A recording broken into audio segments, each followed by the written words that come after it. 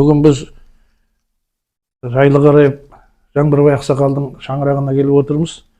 Өздеріңіз білетіндей, өткенде Жаңаөзен қаласындағы ардагер бұрғышы ағамыз Болат Қарамұрзаевтың шаңырағында болып, ол кісіні арнайы телевидениеге шақырып, сол жерден осы мұнай тарихы, Маңғыстаудың мұнай тарихы, оның ішінде өзен кен орнының алғашқы ашылуы, Түбжіктегі бастау, соның барлығын жазып алғанбыз. Келесі жылы Маңғыстаудан алғаш мұнай алынғанына 65 жыл толады.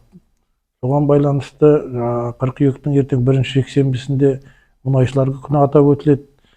Осындай бір белгілі даталарға сәйкес соған орайластырып, осы біздің өңірде сол Түбжіктегі алғашқы бұрғы салғандардан, өзенге Жетібайға келгендерден, ақсақалдардан кімдер бар екен деп іздегенде осы екі ақсақалды тауып түсіруге талпынып жүрміз. Бақтыбай Жайлауынымыз екеуміз. Бұл енді қазақ айтады, бүгінгі болып жатқан нәрсе, мысалы бүгін ертеңгі тарих дейді. Сондықтан тарихтың қойнауында талай жаңалықтар, талай кен орындардың ашылуы, талай тағдырлар, сол алғашқы бастаулар қалды. Біздің ендігі міндетіміз, парызымыз десек те болады, осы кісілердің жүріп өткен жолдарын, алғашқы қиындықтары, барлығы қалай басталып еді, соны жазып, мұра қылып қалдыру өлкеде. Осы бағытта келіп отырмыз. Енді қазір қолымыздан келгенше Жәкен ақсақал екеуміз осы тақырыпта әңгіме қозғаймыз.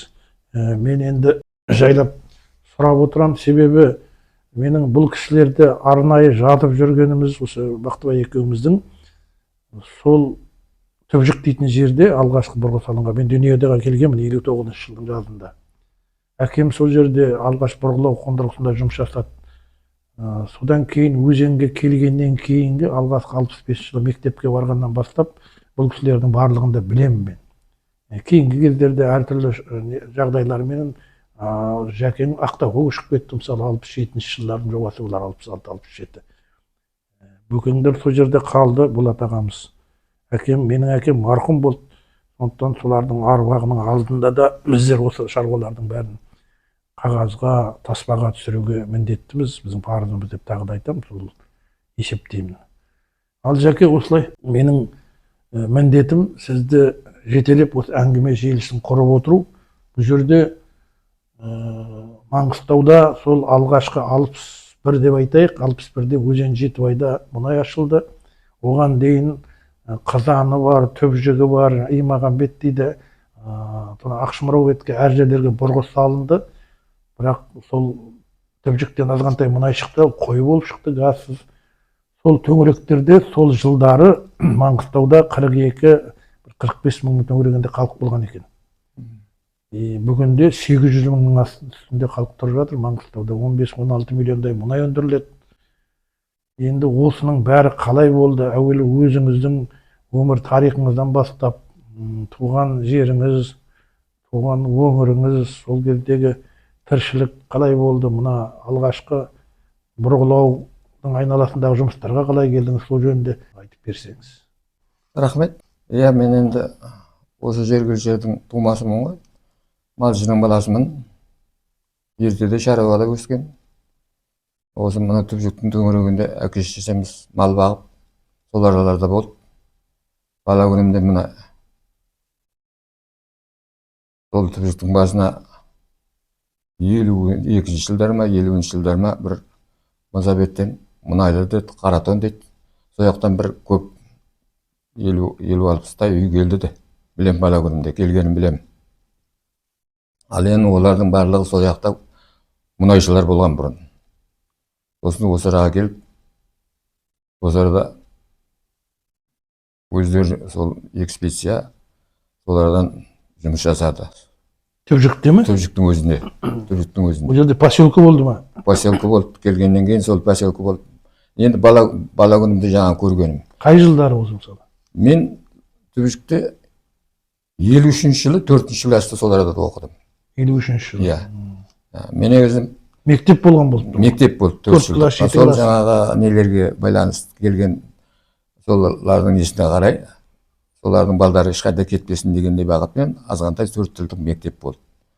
Мектепте сол жаңағы Мәриям деген апай, Серікбаева. Серікбаева, Ыдырыстың қызы ғой. Ыдырыстың қызы. Сол кісі мұғалім болды. Сосын Жұмабай деген, Беріш Жұмабай деген кісі болды. Солардан мен сол 3-ші класты соларда оқыдым. Мен негізі менің білімім тек қана 8-ші класқа дейін оқыдым. Бірақ 7-ші класқа дейін мына Қызылөзен деген жерде оқыдым. 1-ші кластан бастап. 4-тігі сол жерден жаңағы түріктен оқыдым ғой. Себебі малшылар далада жататын жері жоқ. Мына тумаластарына қай жерде тумаласы бар, соған оқытады ғой балдарын. Мен әуел бастап сол Қызылөзен деген жерге бастадым 1-ші класты. 3-ші класты, 4-ші класты мына неден оқып бітірдім. Содан қайтадан 5-ші класты, 6-ші, 7-ші класты Қызылөзенде оқыдым. Ол колхоздың орталығы ма Қызылөзен сонда? Иә, ол уақытта центр, колхоздың орталығы, балықшылық колхоздың орталығы. Соларда бір апамның үйіне жатып оқыдым. Сосын енді 7-ні бітірдік. 7-ні бітіргеннен кейін сосын жерде ауылға каникулға келеміз ғой енді. Ауылға каникулға енді 8-ге бар. Ауыл қайда? Ауыл Түбішікте.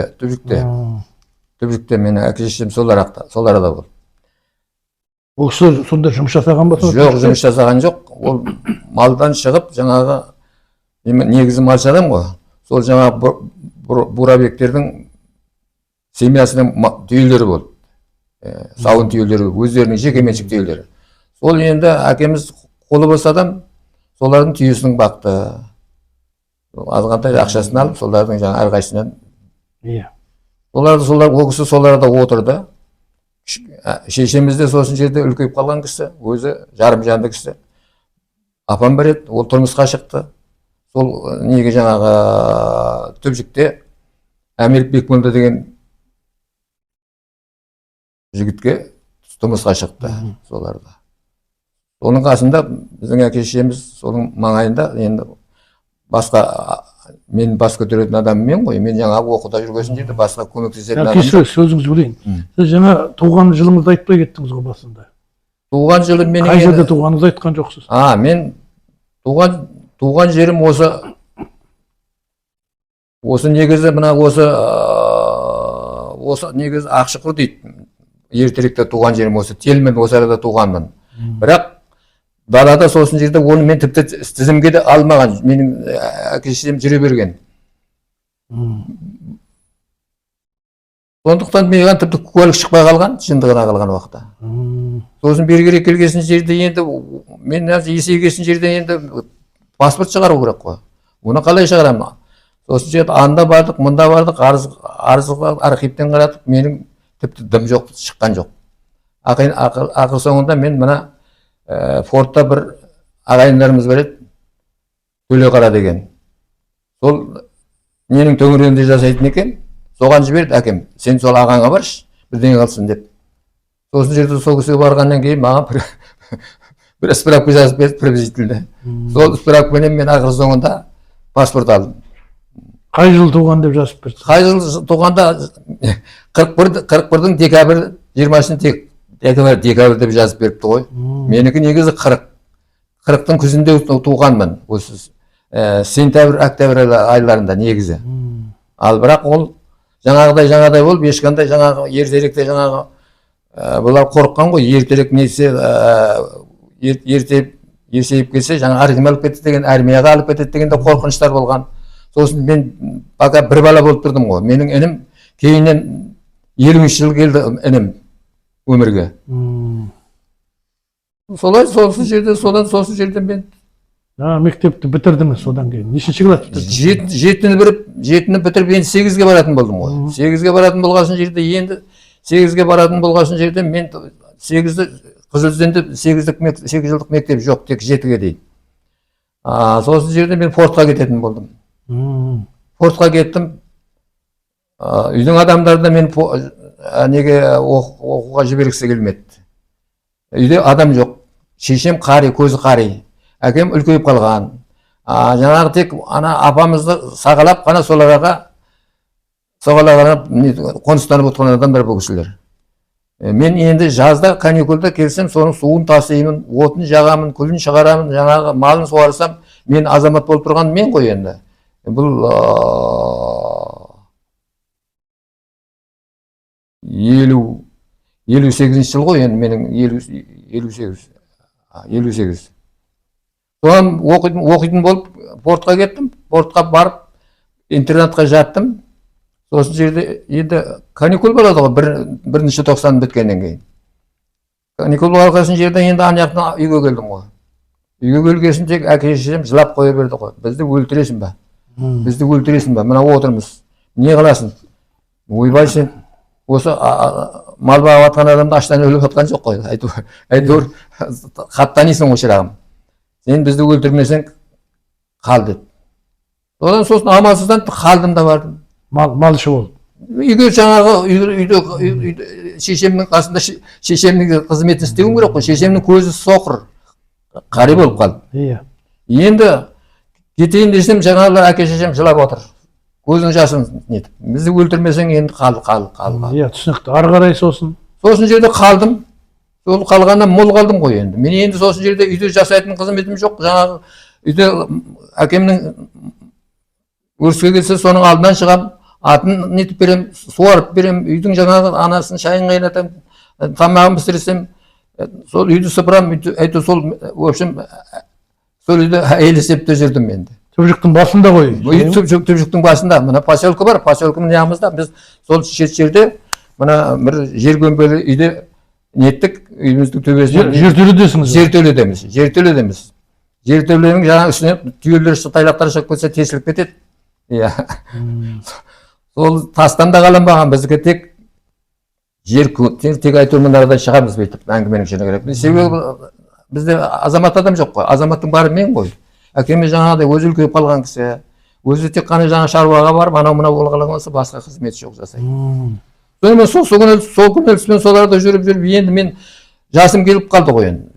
Сосын жерде мынарда келген адамдардың бары тасжеркештер болып келген.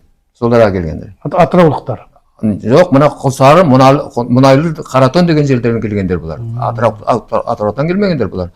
Әуелде Қаратонды басталды. Мына Түбжікті басталған уақытта бала күнімізде Қаратон деп. Атын ба Түбжіктің? Түбжіктің әуелде Қаратон деп бастады. Мен бала күнімде естігенім. Сосын оның артынан сосын жерде бұл сол халық қой. Кілең тасжеркестер келген. Мен шешем Таздың қызы. Ана келген тасжеркестер менен танысады ғой. Менің әкемді жезде дейді. Сосын жерде жаңа малын бағып жүр. Сосын жерде аналарға, сосын әке шешеміз ана тасжеркестерге айтты ғой. Ай, мына жиендеріңді жұмысқа жүргізіңдер. Біздің отырысымыз мынау ғой. Бұл жасы келсе мынаған бірдеңе алып берейік. Бізді өлтірмесеңдер, жұмысқа жүргізіңдер деді. Жұмысқа жүргізейін десе, менде жаңа документ жоқ қой енді. Паспорт жоқ, куәлік жоқ, дым жоқ. Енді қалай қыламыз? Куәлік шығар, паспорт шығар, сосын жерде не болса да бірдеңе қылып жұмысқа алдырармыз деді ғой. Енді сол документ іздеу үшін мен жаңа ғой, енді портқа кеттім ғой. Содан енді жұмысқа тұруға дайындалу керек қой. Енді жаңа документ шығару керек. Бұны анау қылып, мынау қылып іздестіріп, ештеңе шықпағасын жерде. Даже менің әке шешемде паспорт та болған жоқ. Колхоздың мүшесі деген тек қана кеншкісі болды. Колхоздың мүшесі деген. Паспорт жоқ әкемде де, шешемде де. Колхоздың мүшесі, Қарабөкөз колхозының мүшесі деген. Қарабөкөз колхозының мүшесі деген паспорт болды. Малшы деген. Справка ма бірдеңе айту, паспорт емес. Сосын жерде енді іздестіріп болмағасын жерде порта жасайтын тумаластарымыз бар ғой енді. Жаңағы мына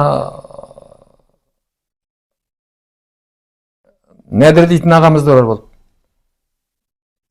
Мына Шапағат, кімнің Сайынның әкесі. Солар портта болды, кілең бәйбішелер болды соларда. Соның ішінде бір Төлеқара дейтін ағамыз болып, өзі бұрын соғыстан келген, жарым жанды адам. Сол жаңағы неде, Сәбәзде жұмыс жасайды бірдеңе қылып. Сосын соған бар, шырағым, сол бірдеңе қылып нетер, деді, сосын сол кісіге бардым. Ал, папам жібер, сізге, менің мынандай документім жоқ, мен паспортымы шығаруым керек, дедім. Онда паспорт шығартатын болсаң, бірдеңе қылып жазып берейін деп справка жазып берді. Сол справкаменен мен паспорт алдым. Паспорт алғаннан кейін сосын жерде енді жұмысқа жүрейін десем, менің 40 емес, 41 жылдың жаңа декабрь деді. Енді мына мені жұмысқа алайын десе, менің жаңағы алатын уақытта 58 жылы, жұмысқа алайын десе 58 жылы. Жұмысқа алайын десе менің жасым жетпейді. 18-ге толды. 18-ге толған жоқ. Сосын жерде бұлар мынау 18-ге толған жоқ. Біз қалай аламыз деп сосын жерде сөйтіп жүргенде айтып бірдеңе қылып мені 58-дің сентябрінде ме, октябрінде ме мені ученик мотористі қылып алды. 58-ден. Боровойға ма? Боровойға. Ученик мотористі қылып алды. Ученик мотористі. Мамандығың жоқ. Мамандығым жоқ, дымым жоқ. Енді аналардың қаздардың жаңағы маған нетіп жүрген мына менің апа-жездесіне жасап жүрген көмегі. Соны мен ученик мотористі болып жұмысқа жүрдім. 58 жылы 58-дің где-то сентябрь, октябрлерінде ме. В общем, 58-дің декабрь ғой енді. 58 декабрьден мен 59-ға барғанда мен 18-ге шығардым. Үйренуші моторист. Иә, ученик мотористі. Дизель ғой. Көмекші. Оны мені ученик мотористі деп қабылдағанмен бәрі мені ученик қылған жоқ.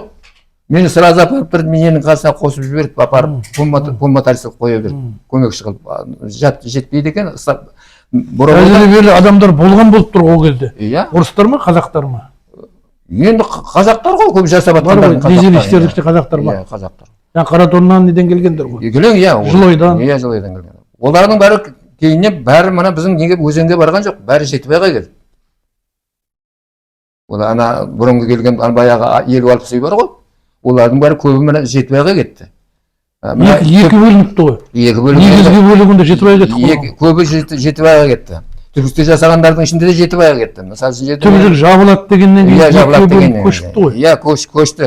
Ар жаққа. Ар жаққа қайтқанда көп Жетібайменен неге өзенге ғой. Сосын жерде мына Ералы ретіне де кетті. Жаңа Бекмолдалар әуелі Ералы ретіне кетіп, содан барып өзенге келді. Жездеңіз ғой. Жездем, иә. Сосын жерде. Сонымен мен жұмысқа жүрдім. Сосын жаңағы 18 жасым келгеннен кейін мені екінші разряд мотористі деген приказ шығарды. Пом мотористі деген. Сонымен помощник мотористі болып соларда жұмыс жасадым. Жаңа ненің Боровойда. Мына жаңа Боровой мастер Борокоп дейтін болды. Орыс. Сосын жерде мына ол уақытта мына жан жақтан бір-екі Грузинде бітіріп келген нелер болды жаңағы. Сонда жаңағы қазып тұрды ма сол кезде моторист болған уақытта? Иә, қазып. Боровойдың дизелінде болды. Иә, 5 дизель істеп тұрды. Үшеуі тұрды, 5 дейтін установка екен. Мен бері жерге келген. Алғашқы келген. Иә, алғашқы. 5 двигатель болды. Үшеуі жоғарыда жаңағы біреуі насосқа, подъем спускаға тұрады. Астында бір үлкен двигатель тұрды. Суды бесті дейді, совсем сөт дейді. Оның нән бір не сияқты двигатель. Радиаторының өзіне лестницамен шығып су құямыз. Сосын жерде электр станциясына бір жеңілдеу не болды. Сосын жаңағы сол жылы бір механик келді. Нені бітіріп. Оқудан бітіріп механик келді. Орыс жігіті. Соған жаңағы Александров келді. Жаңағы кім келді? Кулебакин. Солар келді. Олар пом мотористі болып істеді әуелгі. Помбур болып істеді. Бұрғышының көмекшісі. Бұрғышының көмекшісі болып істеді. Олар.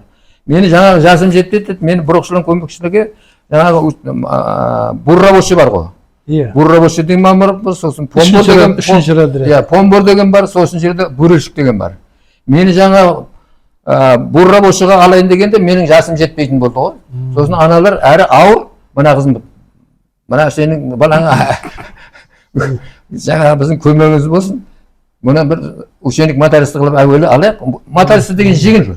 Енді жеңіл болғанда оның да жұмысы бар, бірақ су тасисың, әйтеуір май тасисың, анау качагар, соны жасайсың ғой енді. Сол кезде енді жасаған адамдарды, жергілікті адамдарды, орыстардың бір талайын көрген болып тұрсыз ғой. Иә, жаңағы Борокоп, Александров, жаңағы Кулебакин, солар. Төреғалилар, кешегі Болатбайлар, Қарамырзаев. Болатбай соларға келді. Болатбай болды. Сізбен шамалас қой жасы. Болатбай келді, жаңа алданып Қалайдың несінде сол как раз сонда болды. Қалекең бөрелшік қой, солай ма? Ол бөрелшік. Ол сол кезде бөрелшік. Иә, сол уақытта бөрелшік. Ол Қаратоннан жасап келген. Иә, сояқтан келген ол. Сояқтан жасап. Төреғали да солай еді. Төреғали бөрелшік болып істеді. Төреғали ол жақта мынада бөрелшік болған, мен оны көргенім жоқ. Мына өзенде бөрелшік болып істеді. Төрағали. Өзенде бүрелшік болды. Күжалыптар болды, ағаның. Күжалып, Дөмбай болды, жаңа бүркіт болды. Мен Кадыров Төреғалидың несінде бригадасында старший моторист болып істедім. Старший моторист болып. Түбжікте? Жоқ, Түбжікте емес. Түбжікте жаңағы Түбжікте кімде жасадым ғой? Алданып Қалида істедім. Бақсында? Бақсында. Ол бүрелшік Қали? Бөлшік. Боракоп мастер? Боракоп мастер.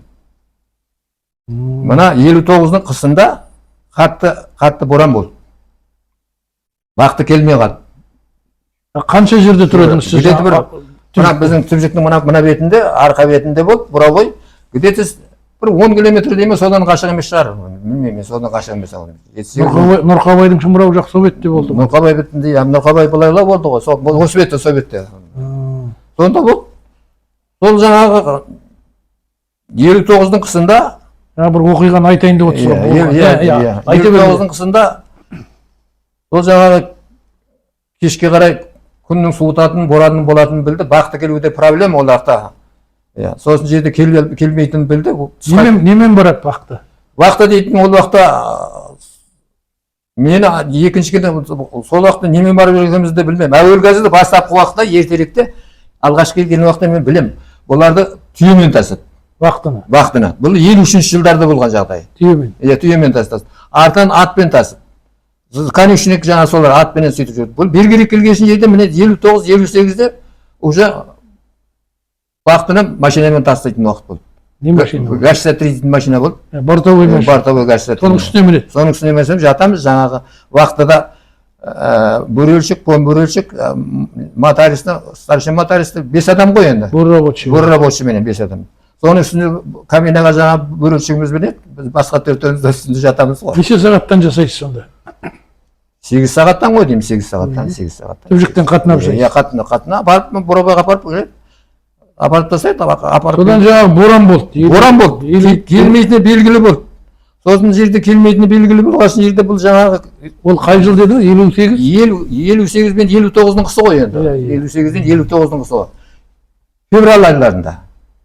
Содан боран болып келмейтін болатын болғасын жерде білді. Бақты келмейді, енді бұны көтеріп, ана инструменттерін көтеріп, барлығын жауып, жатбескесін жауып, аналарын көтеріп, моторлардың бәрін 5 мотор көреді. Түгел моторды сөндірді, біреуінің суын жіберді, бір электростанция, кішкентай электростанция қыздырып қойды. Ол светке керек деп, қарауылға мені қалдырды. Мен сен қаласың деп, мен басқаларын кешке қарай купатардың алдында ауылға қарай тартты. Жаяу бәрі. Қанша километр? Жаңа енді 7-8 әрі болғанда 10 километр болар, сол шамалардай бар. Содан бастаған Буракоп, жаңағы Александровым бар, жаңа келген механикіміз бар, жаңа бүткіл неміз бар, Бақты түгелдей кетті, мен қалдым ғой. Сонымен мен қалдым, соған қалғаннан келді, 2 күннен кейін келіп Бақты келді. Бақтыны Саласкіменен жаңа трактормен алып келді. Саласкіні сүйретіп. Темір Саласкімен? Иә, Саласкіні сүйретіп. Қар қалың ба? Трактормен келді. Айтуыр, маған келгенде сонымен келді. Қар бар едәуір. Боран болды, 2-3 күнге дейін ашылмады ғой. Содан жаңа кеткен адамдардың бәрі түгелдей барғанда орыс жігіт адасып кеткен. Жаңа механик жігіт. Алдында 1-2 күн болды келгенде механикшіліктің неден. Орыс жігіт адасып кетіп, оны іздеп қыстай таба алмай, где-то апрельдерде тапты. Далада үсіп өліп ненің астында қалған. Қар кеткеннен кейін. Сосын соларды алып келіп, тауып алып, сосын жерде еліне жіберді. Ол нені? Бұл 59-ның қысында, 58-ден 59-ның қысында. Содан енді мен ары қарай соны жасап жүрдік қой. Енді 60-та былай қарай көшіретін болды ғой бұның бәрін. Кететін болды, экспедицияның нететін болды. Ана жерден мұнай шықпады ма? Сонда не болды? Аз болды ма? Олардан мұнай шықпады. Бұл бір периметр істейтін пласт болады екен. Бұған барған уақытта мұны қаза алмады. Қашау өтпейді. Сонымен тек құрттай бірдеңе қазады, қайта көтереді. Жоқ, ары қарай кетпейді. Ол уақыттарда не болмаған ғой? Дұрыс не жоқ, әңгіменің ішіне керек. Долоты дұрыс болды. Долоты да жоқ. Содан соң 60-ға көшетін болды, 60-ға кеттік. Содан 60-ға Буракоп бастаған бригада неге кетті? Өзенге, Қызылсайға. Сонымен бірге мен де кеттім. Әуел газетте мен сол жаққа бақтым. Неменен сол жақта жатып істедім уақытша. Үйім қалды мында. Түбжікте болды үй. Өзіңіз Қызылсайда болдыңыз ба сонда? Иә, мен Қызылсайда. Қайда жаттыңыз ол кезде? общежитие сияқты болды. Общежитие болды Ол алғанда. көренің конторының ішінде болды ма? Иә, сол контордың ішінде. Иә, соларда болды. Қанша күн жасайсыз сонда мысалы?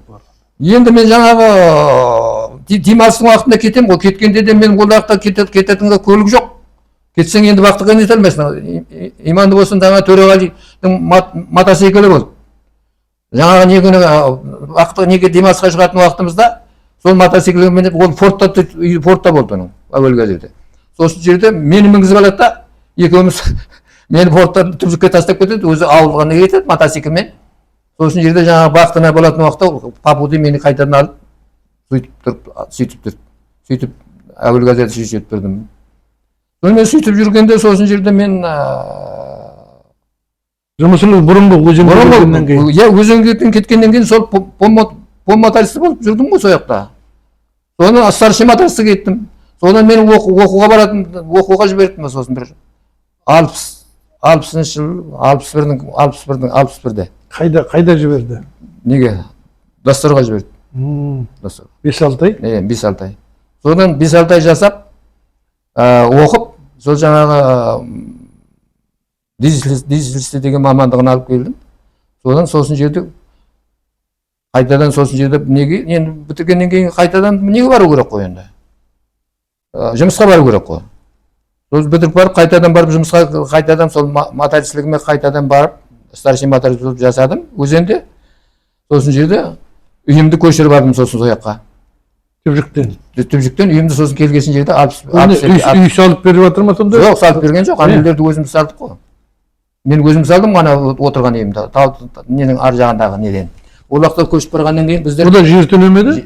Жоқ, жарысы тастанған. Сіздің үйіңіз кішкене биіктеу болды? Биіктеу болды, менің оларда менің үйім... Біздің үйлер жер төлеу болды? Иә, менің үйім биіктеу болды, соларда ектің ішінен. Менің кішкене аздап ертім тірлігі болды ма, білмем, келгеннен кейін мен әкемді кішкене сыйлайтын адамдар болды, соларда жаңағы Бекберген дейтін құдамыз болды. Бекмолданың ағасы. Білем ғой, Әмірліктер. Әмірліктер.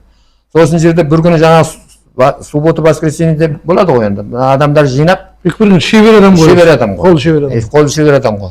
Ол материалда жоқ құрсын. Материалда жоқ. Жаңағы тасты әр жерден жаңағы немен шығарды ғой. Ол уақытта неде жоқ қой. Кирпич таста жоқ. Олармен сындырып, ұрып. Иә. Соны көтеріп, таспен алып, нетіп, 2 күн суббота субботник жасап, анау қылып, соны қалатып, жарысын қазып, адамдар жинап. Сол енді 62-ші жылы мен сол үйге кірдім ғой енді. Біз бала болсақ та шет жағасын білеміз. Мен 65-те мектепке бардым. Иә, 62-де үйдің арасында үй болған жоқ қой. Мен енді негізі 40-шы жылғымын ғой, 62-де мен 22-демін ғой. 22-демін. Сонымен сол жерде қоныстандыңыз. Соларда қоныстандым, соларда жұмыс жасадым. Жасап жүрдім. Сосын жерде неде бұрғылау бригадасында мотористсіңіз? Старший моторист болып, қайтадан сол бұрғылау бригадасында. Кімнің бригадаларында жасадыңыз ол кезде? Сол қайтадан сол Төреғалиға бардым. Төреғали мастер сол кезде. Мастер болды ол уақытта. Келгеннен мастер болды ма? Иә, соның қай уақытта мастер болған, әйтеуір мен әуелде бөрелшік болып істеді, соның артынан мастер болғанын білемін. Абдырзақов Ғазиз де бар ол кезде. Абдырзақов Ғазиз болғанмен, Абдырзақов Ғазизді соларда жасаған жоқ оларда. Жалғаспай, Қартбай бар ма? Қартбай жасады, дұрыс айтасың. Ол мастер ғой? Ол әуелде бөрелшік болды, оның артынан мастер болды ғой. Әуелде бөрелшік болды. Арғынбаев Демесін де әуелде олар жаңа Буррабошыдан Помбурдан бөрелшік болды, өзеннің басында. Иә, өзеннің басында. Солай болды ғой. Опиевті өзеннің басында болды? Иә, Опиев дегенде Тынышбай. Тынышбай, о да болды, дұрыс айтасың. Сосын жерде мен енді сол мотористілік жасап жүрдім де, содан мен ауырып қалдым. Денсаулығыма шипа берді. 64-те, 64-65-те. Салқын тиген? Салқын тиген өкпемді ауыртып алдым. Соны өкпемді ауыртқасын жерде білесің ғой. Дәрігерге қаралдық, анау қылдық, мынау қылдық, сөйтіп жүргенде санаторияға бардым. Санаториядан келдім, содан қайтадан жұмысқа келген уақытта маған жеңіл жұмыс істеуім керек, уақытта болмайды деді. Сөйтеді ғой. Иә, справка берді. Справка бергесін не істейміз енді? Соған жерде мені станция, ненің басында электр станция бар. Оның бастығы Жапар. Ауылда? Ауылда. Енді ауылда. Вақыты жоқ қой. Енді соған мені машинисті қылып 5-ші жатпен соның қарамағына жіберді. Бұл кезде жоғарыда ана бір жатақханалар болды салған. Ненің конторы болды бір. Иә, соның жатақханасы бар. Иә, соларда. Сол жылдары 65-те Шахраманов дейтін болды бастығы. Бастығы, иә. Иә, Шахраманов. Контор бөрененің бастығы. Иә, соны бөрененің бастығы. Мына дизельдер қай жерде тұр? Дизельдер мына жоғары қалды, жоғары жақта. Кімнің Жапардың үйлерін білесің ба? Иә. Соның бері жағында ең бірінші алғашқы рет бір рет жаңағы трактордың моторынан Жапардың сүйменіп жапар ғой. Иә, сүйменіп жапар, иә. Артынан шопыр болады. Иә, артынан шопыр болып кетіпті.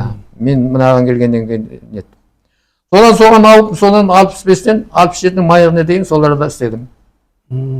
Ол кезде мына сайдың астындағы үйлер бар ғой. Мына Үйжіне ауыл дейді. Иә, Үйжіне ауыл. Мына беттерде жаңағы Түркменстаннан келгендер көбейіп кетті. Үйжіне ауыл бет. Үйжіне ауыл. Біздер мына ертедегі жоғарғы ауылдар, біздер мына осы жергілікті жердің адамы болдық. Иә, сенің жаңағы кімнің Сайлаудың үйі болды, соларда, сосын Дінәсілдің үйі болды, жаңа кімнің үйі болды. Көшкін Сайлау айтып отырғаныңыз. Қарымның үйі. Иә, Қарымның үйі. Сенің ағайындарың ғой. Жаңай ғой. Қартбаев Дінәсіл. Қартбаев Дінәсіл, о да жаңай. Шаңғабайдың үйі бар, апамыз болды Шаңғабайда, Есеннің қызы. Балтөрі. Сосын мына алдында кішкентай төбенің басында, біздің алдымызда төбенің басында жаңағы кімнің үйі тұрды ғой, мына жағында жаңағы Арыстанның үйі тұрды. Батыршев Арыстанның үйі. О да мотористі ғой. Мотористі. Соның Жаңыл дейтін әйелі болды. О да мотористі болды ол кезде. Сосын жерде мына жағында жаңағы Қалекең үйі болды. Алдан Қалекең. Сіздің үйің болды мына жағында. Біздің арғы мына бетінде менің қапталымда жаңағы кімнің үйі болды? Бекмонтаның үйі болды. Иә. Сосын соларда отырдық қой. Жоғары жақтан тына Қоштайдың үйлері ме, кімдердің үйлері бар? Құнан орыстардың. Алданбай Қоштардың.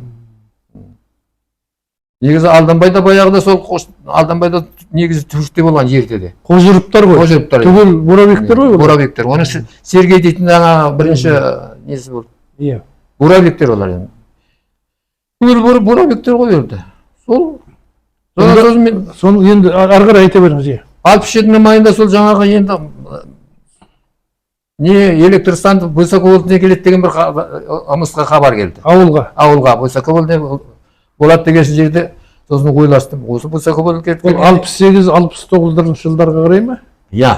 Мен 67-те ғой, мен 68-де келеді деген. 68-де келді ме екен білмеймін енді. 68-70-ларда келді. Солай шығар бәсе. Иә. Дөңгелек столы бұлар сырмап тартты бәрі. Мен кеткеннен келді барды ол жаққа высоковольтный.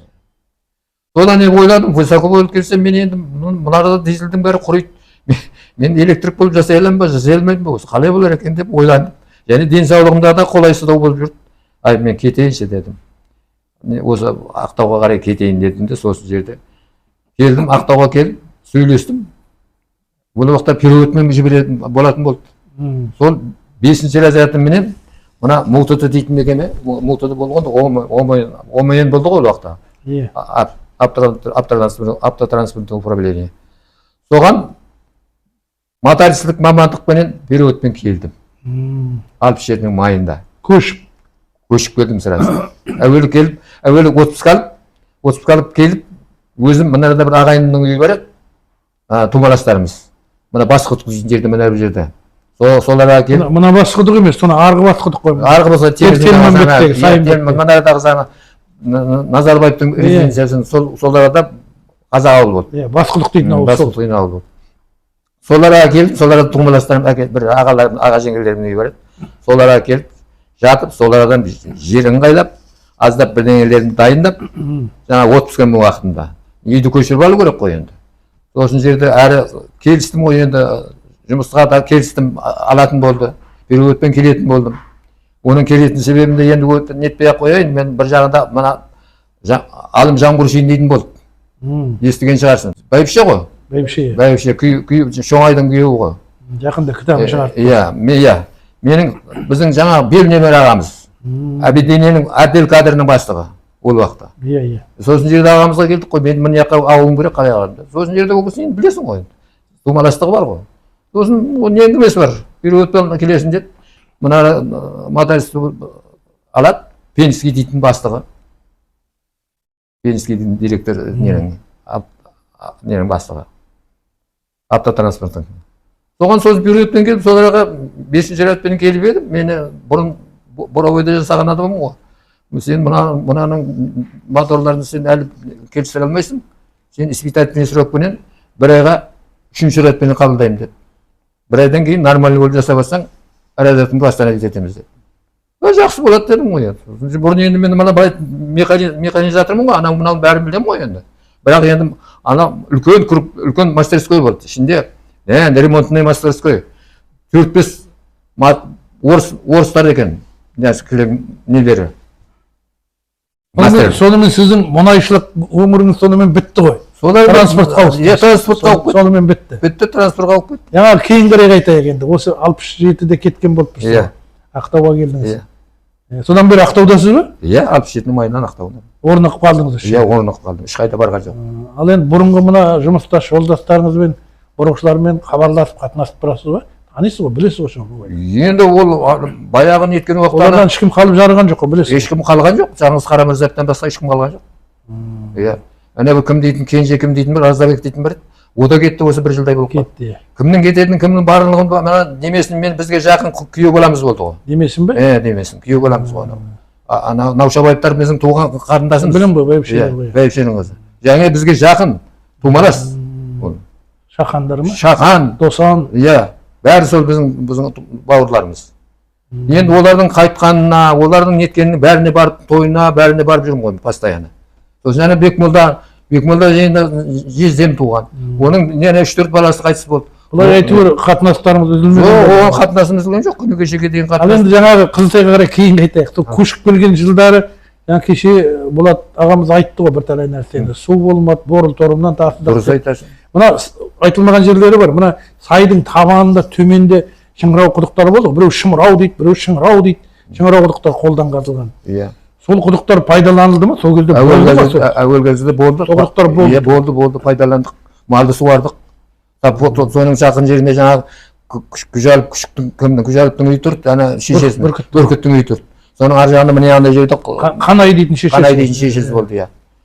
Иә, ол біз барған уақытта болды, бәрі малын суардық, мал суардық. Мен өзім кәдімгі солардан түйе суардым. Әйтеуір мен де білемін, бала болсам, Серкебайдың құдығы дейді, шет жағындағы Тайыздау құдық болды, Неміске қарай, жоғары қарай.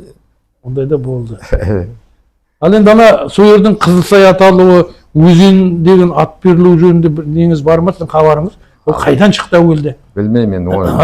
Әркім әртүрлі айтады. Өтірік айта алмаймын енді. Біреулер ана бір бай отырған екен, үйткен екен, бүйткен екен деп айтады. Оны білмейсіз ғой? Білмедім оны, точносы мен енді оны неткенім жоқ. Әңгіме шығар. Мына неліктен енді ол енді қазақ ұлтының осы маңғыстаулықтардың сол кезде келген, Жылойдан келсін, былай келсін, қазақтардың сол кезде мынандай қызметке бара алмағаны, мәстір әйтеуір бірдеңеге іліне алмаған неліктен сол кезде? Енді білім болмады ма, сауат болмады ма? Бәрі сырттан келді ғой. Басқалар жан жақтан келді ғой. Татария бар, Башкирия бар. Көбі, мына 10 жылдықты бітіргеннен біздің Маңғыстаудың балдарының көбін жұмысқа әуелі сол Бурабайға кірді ғой. Көбі. Қарапайым жұмысы болды. Соның көбін сосын жерде мына жаңағы кімдер бар, мына жақсы қатыптар бар. Кімдер бар мына? Өзі мына жарылардан бар ғой, бір-екшеу бар. Қазір аузыма түспей тұр. Солардың бәрін 10 шақты адамды Алекең жаңа алым ағамыз. Көбін сол оқытты ғой, мына алып кетіп. Направление беріп. Алматыға ма? Алматыға, иә. Көбі. Сол кісі ұйымдастырды. Иә, ұйымдастырды ғой сол кісі. Міне енді кадр ғой. Жергілікті кадрлар дайындаған. Жергілікті кадрлер сол кісі дайындады ғой. Осы қарайған адамды, осы мына енді аты жөнінің бәрін қазір нетмей тұр ғой. Көбі нетті ғой. Ол енді беріде туғандар ғой, солай ма? Иә, беріде туған. Енді жаңағы 46-47. Енді мына кімдердің бар? Болатбай, Масатов Болатбай деген жақсы қатып кімдер дейтін бар ғой мына. Не десті? Сендер білем бе? Білем. Иә. Солардың бәрін жаңа сол кісінің несімен барып оқып келді. Масатовтар да бәрі де? Иә, Масатовтар. Көбі осырадан кеткен соның бәрі. Менің 10 жылдық білімім болмады. 10 жылдық білім болғанда маған да айтып еді. Оқы деп. Және менің оқуға да мүмкіншілігімде болмады. Себебі неге десем, мен жаңа ертерек үйленіп қалдым. Жаңа 59 жылмен үйлендім ғой. Үйдің жағдайымен бе? Үйдің жағдайымен үйленіп қалдым ғой. Соны енді сосын Бенжамда балалы болдық. Сосын жерде отбасы болғасын жерде білесің ғой. Ал енді қазір мысалы сол кезде әйтеуір өзеннің алғашқы ашылуына мұнайдың айналасында жадыңызда ғой сіздер. Иә. Оны мына Қаз мұнай газы бар, өзен мұнай газы бар, хабарласып тұра ма? Біле ме? Шақырып. Мені не қылсын? Мен себебі негізінен 67-дің майында кеттім. Мен не алады олар? Енді алғашқы неде сіз болдыңыз ғой? Болған менен енді болғанда оны Басқа кім бар енді? Болатбай екеуіңізден басқа. Енді олардан қалған адам бәрі өліп кетті ғой. Барлығын жинақтап жаңағы ана түпсіктің басына жаңа не қойды ғой. Ескерткіш. Оған бардыңыз ғой? Бардым ғой. Оның ішінде сол адамдардың көбінің фамилиясы бар. Иә. Кірмей қалғандар да болуы мүмкін. Кірмей қалғандар да бар. Бар, оны кірмей қалғандар да бар. Кірмей қалғандарынан айқайласып жүргендер бар. Жаңағы Бекмолданың қыздары алдары мына біз Амир Бекмолда енді солар да болды ғой. Бір кітап шығарсағанда да соларды шығармапты. Қоспапты. Бірақ сол мен бір кітап шығарғанда менің атақ жөнім шығыпты. Бірақ бір кітапта шыққан Бекмолданың қыздары айтады маған. Менің бәленбай жылжысың әкеміз шыққан. Ол ана Әбілқайыр Спановты білесіз ғой, Бақыттың басын. Білем ғой. Сол ғой енді жазып жүрген. Сосын Асылбек Айдаров деген бар, Түгірәлі ана, сол жазып жүр. Басқа жазып жүрген адам жоқ қой. Спановты білем ғой, енді ол жеменей ғой. Ол келгенде жаңағы 15 үй болып келдік дейді. Кім? Әбілқайырда. Олар енді 15 үй болып келді. Бергелікте келді ғой. Жоқ, ол 15 үй келді, алдымен деп қояды. Алдымен дейм ма? Білмеймін ғой. Дейді. Мен оның точнысын білмеймін. Бірақ мына таздардың келетінін білемін. Олардың барлығы мына неде? Жетібайда. Олар Қажиевтер, Тәжиевтер солар ғой. Олар Тәжиевтерің бар, Қазиевтерің бар. Сосын жерде жаңағы кім? Ойыма түссе айтайын. Өрбісиновтер дейтін бар. Иә, бар. Өрбісиновтерден бірнеше Өрбісинов бар сол араларда. Бекеш дегені болды жаңағы. Олар бұрықшылар өкілі. Бұрықшылар. Сосын жерде жаңағы Жанзақовтар болды. Қойлыбай деген бір, Қасанғали деген, солардың бәрі неден келген, содан келген. Бірнеше Өрбісиновтер бар. Қаратоннан келген. Қаратоннан келген өкіл. Солар міне, оның бәрі міне Жетібайда. Олардың бәрі Жетібайда.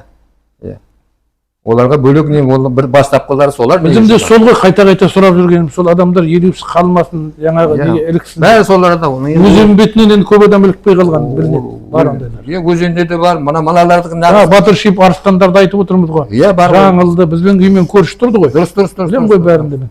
Олардың бәрі болды. Ауруылы болды ма Арыстанда кішкене? Арыстан аршағынан ауруы болды деді. Қыздап өкпе ауруымен ауырды ма не қылып білемін. Мысалы алданыптар да көп еленген жоқ. Енді ол сол кісілер баяғыдан неткен адамдар ғой. Ертеден бастап қатардағы солар жазады енді ол. Соның қалиларың бастапқыларда солар біле. Бастаған. Иә. Бастап келген. Оған не керек? Келгенде сол ана Түбжіктің басындағы бұрғышы болғанда Түбжіктің басында болды. Осы Бергерекке дейін бар еді, ол қайтты, бері 80-нен өтіп қайтты ау деймін. Иә, 80-нен Бергерекке дейін бар. Ол сіздерден үлкен болар? Үлкен менен. Жаңаөзенде болды ғой, Жаңаөзенде қайтыс болды. Қарашаштың кемпірі болды? Иә, кемпір, кішкентай Қарашаштың кемпірі. Ұрпақтары бар осы айналымда? Есен ғой, Есен. Аға дейміз, Есен. Сондай ғой, басқа. Осылай қалыптасты ма бәрі? Иә, осылай қалыптасты ғой. Жаңағы әуел кезде су болмағанды дұрыс. Бордорынан водовозбен су тасығандар да болды. Рас енді оның дұрыс болды. Уақытында қалай тасығандары белгілі ғой енді. Ол уақытта мынандай условия, біздің заманымызда мынандай условия болған жоқ. Қазіргідей ме? Мынау дейтіндер қазір курорт қой. Курорт сияқты дейді ғой, мына жаққа барып келген адамдар. Жаңағы бақтыда жатамыз дейді, арқайын барлығы дайын. Балдарыңыз істейтіні бар ма? Жоқ. Мұнайдың айналасында? Мұнай істеген жоқ. Мұнайға істеген жоқ. Менің балдарым болғанда енді ер балам екі ғой қазір. Бұрын мен 68 жылғы бір балам бар еді, осы әкелгесін жерде авариядан қайтыс болды. 64 жылғы бір балам бар еді, осы аяқтан неткен. О да қайтыс болды. Өзенде туған? Өзенде туған. Бір қызым бар еді, ертекті 60 жылы, мен 59-да үйлендім, 60-та бір қызды болдым. Ол мына Түзік дейтін жерде қалды, өліп қалды. Өлді. Уақыт болды. Сосын енді 66 жылғы қызым, жаңағы осы арада қазір 69 жылғы қызым, екеуі де мына Алматыдан бітеді. Біреуі жаңағы архитектур нені бітіреді, біреуі жаңағы нені бітіреді.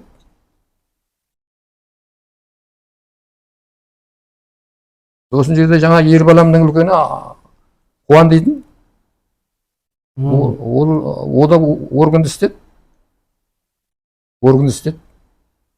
Ол да жаңағы пенсионер қазір отставкада.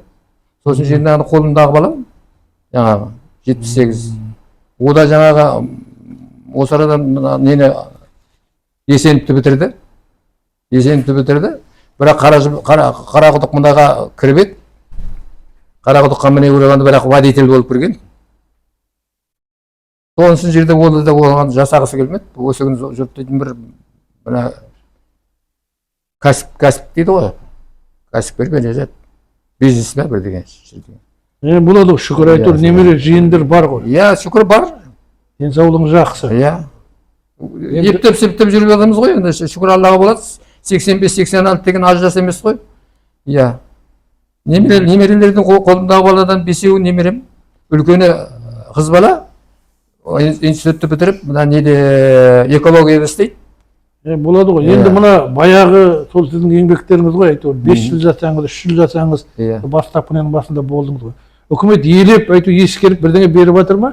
Біреуге медаль береді, біреуге орден береді, біреуге атақ береді. Ол мұнайдан төңірегінде жасасам алсам алар едім да. Мұнайдың төңірегінде мен жасаған жоқпын. Қалай жасаған? Жүкті жаңағы моторист болсаңыз, қалай жасаған? Жасадым ғой, оған не керек? Мен әлгі ветеран труда дегенменен жаңағы почетный грамота қараушылар болмаса, сосын водитель социальный деген болмаса, одан басқа ештеңе нем жоқ. Құдай өмір жаспасын, келесі жылы айтып отырмын, 65 жыл болады өзеннің ашылғанына, келесі жылы. Иә.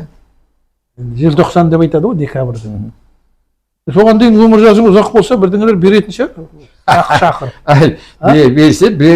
Берсін бермесе оған енді кетті ғой, не аламыз оны. Берсін деп оған беріп жатса қарсылығымыз жоқ, бермесе де өкпелемейміз. Оны не қыламыз? Сіздерге тиесілі нәрсе ғой. Тиесілі болғанда оның айналасында жасап жүрсең, мүмкін солардан пенсияға шыққансам, мүмкін болсам болар еді. Онда мен өледім. Алғашқы рет қайда 65-те ме? 65-те болса, мұнайдың бірдеңе жылдығы деген бірдеңе болды. Мен ол уақытта сонда өзендемін. 35 жылы ма? 65-те. Енді мұнайдың бірдеңе істеген болды. 61-де ашылды, 4 жылдық, 5 жылдық сондай бірдеңе болды. Бірдеңе болды. Соған бір значок берді.